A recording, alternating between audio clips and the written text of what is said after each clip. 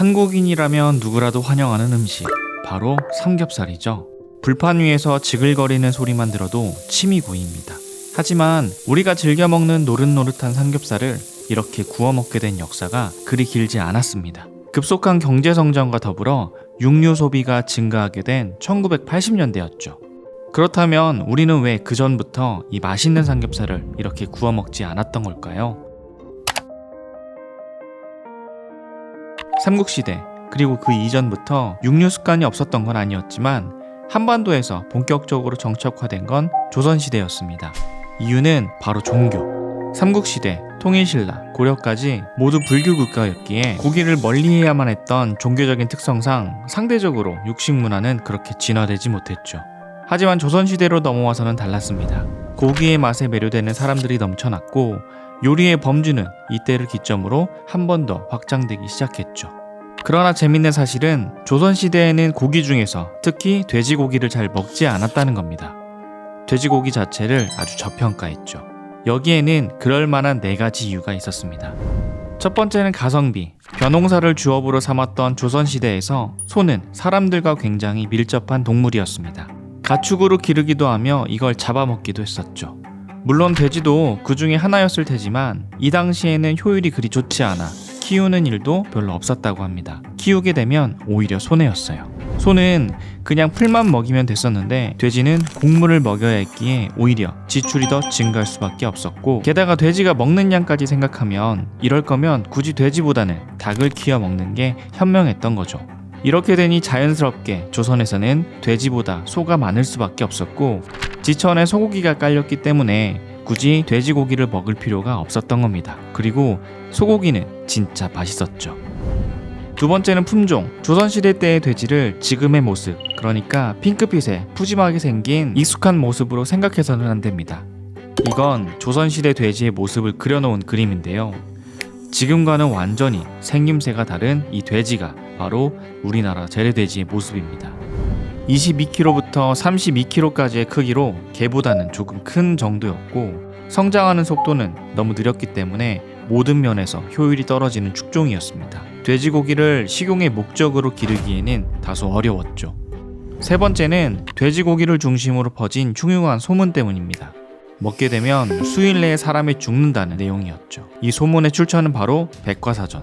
조선의 실학자 서유구가 쓴 임원 경제지는 조선시대의 백과사전 같은 책으로 여기에서는 돼지고기에 대해 다음과 같이 적혀있죠. 짐승고기란 대체로 이로운 것인데 오직 돼지고기만은 그렇지 않다고 하여 돼지고기에 대해 기술하였습니다. 물론 잘못된 내용이었죠.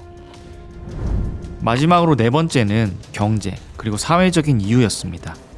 이건 사실 조선시대 이전 고려시대부터 해당될 수 있는 내용입니다. 고려 도경에 보면 다음과 같은 이야기가 있죠.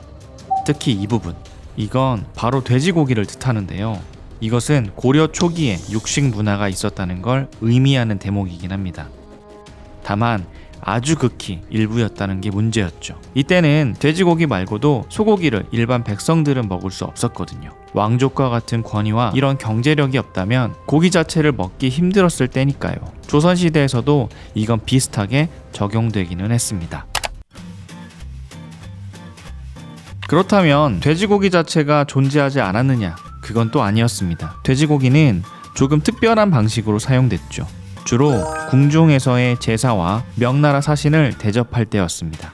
특히 성종 5년에 편찬된 국조 5래 의설에에는 총 33가지의 제사가 수록되어 있는데 정기적인 제사만 연중 174차례로 이건 달마다 15차례가 시행된 겁니다.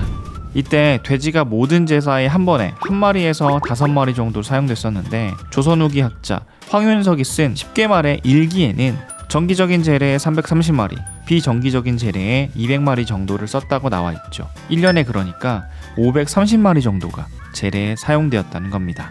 하지만 문제가 있었죠. 아까 봤던 재래돼지는 크기도 작은 데다 키우는데 시간이 많이 걸린다고 했었잖아요. 그래서 조선시대 태정은 이 같은 문제를 해결하기 위해 중국산 돼지 품종인 당저를 들여왔습니다. 당저는 번식력이 엄청났고 체구도 웅장했기 때문에 제사용으로는 아주 안성맞춤이었던 거죠. 게다가 일부러 품종까지 관리를 했다고 합니다. 그렇다고 재래돼지가 완전히 대체된 건 아닙니다. 중국 사신 접대에 필요한 돼지는 모두 재래돼지로 사용했다고 합니다. 삼겹살에 대한 최초의 기록은 1931년 조선 요리제법에서였습니다. 이 문헌에는 다음과 같은 문장이 등장합니다. 정확히는 쇠겹살이라는 단어로 사용됐으며 배에 있는 고기라는 뜻으로 돈육 중에서 제일 맛있는 고기라는 부연 설명이 붙었죠. 그런데 사실 쇠겹살이라는 부위는 원래 우리나라에는 없었습니다. 조선시대의 돼지 해체도를 보면 그냥 갈비라고 명기뒀을 뿐이죠. 없었던 부위가 생겨난 이후에는 돼지고기가 요리에 쓰이는 고기로서 그렇게 주목받지 못했기도 했었지만 무엇보다 품종이 문제였을 거라는 말이 있습니다. 조선시대의 재래돼지는 너무 작았으니 이 부위에 붙어있던 고기의 양은 없는 거나 마찬가지였을 테니까요. 그런데 조선 요리제법이 기록된 1930년대에는 이미 서양종의 돼지, 그러니까 지금 우리가 알고 있는 핑크빛 돼지들이 들어왔을 시점이었습니다. 하지만 지금처럼 삼겹살을 구워 먹었다는 기록은 없었죠. 그 이유는 돼지를 키울 때 일반적으로 사료가 아닌 음식 찌꺼기 등으로 돼지를 먹여 키웠기 때문에 돼지고기를 그대로 굽게 되면 이취라고 불리는 돼지 잡내가 너무 심했기 때문이었죠. 그래서 강한 양념을 사용한 제육볶음의 형태거나 잡내를 없애기 위해 오랜 시간 물에 넣어 고기를 삶아 먹거나 또는 고기의 냄새를 없애는 식재료를 넣어 국물을 낸 탕의 형태로 주로 삼겹살을 사용한 요리들이 발달하게 된 겁니다. 그리고 시간이 흘러 쇠겹살이라는 단어는 1980년대에 되어서야 삼겹살이라는 이름으로 완전히 대체되어 사용되기 시작했습니다. 1980년대 한국은 눈부신 산업화로 경제 성장을 이룩하고 있었을 때였는데요. 노동력이 중요해질 시기이다 보니 당연히 에너지원으로 중요한 고기 소비도 함께 증가하게 됐죠. 하지만 이 당시 한국인이 가장 많이 먹었던 고기는 단연 소고기 때문에 소고기 수요가 미친 듯이 증가하게 됐고, 그로 인해 소고기 값은 금값이 되어 사회적인 문제로 떠오르게 됩니다. 정부에서는 소고기에 몰린 병목 현상을 풀 필요가 있었죠. 여기에 활용된 게 바로 돼지고기였습니다. 때문에 돼지고기는 하나의 정교한 시스템을 갖춰나갈 필요가 있었습니다. 돼지의 위생을 개선해 고기 청결에 대한 불안을 없앴고, 전문 사료를 도입해 고기에서 나는 냄새를 없애 마침내 의심과 불편 없이 먹을 수 있는 돼지고기가 생산되기 시작했죠. 바로 이때부터 삼겹살을 지금처럼 구워 먹을 수 있게 된 겁니다.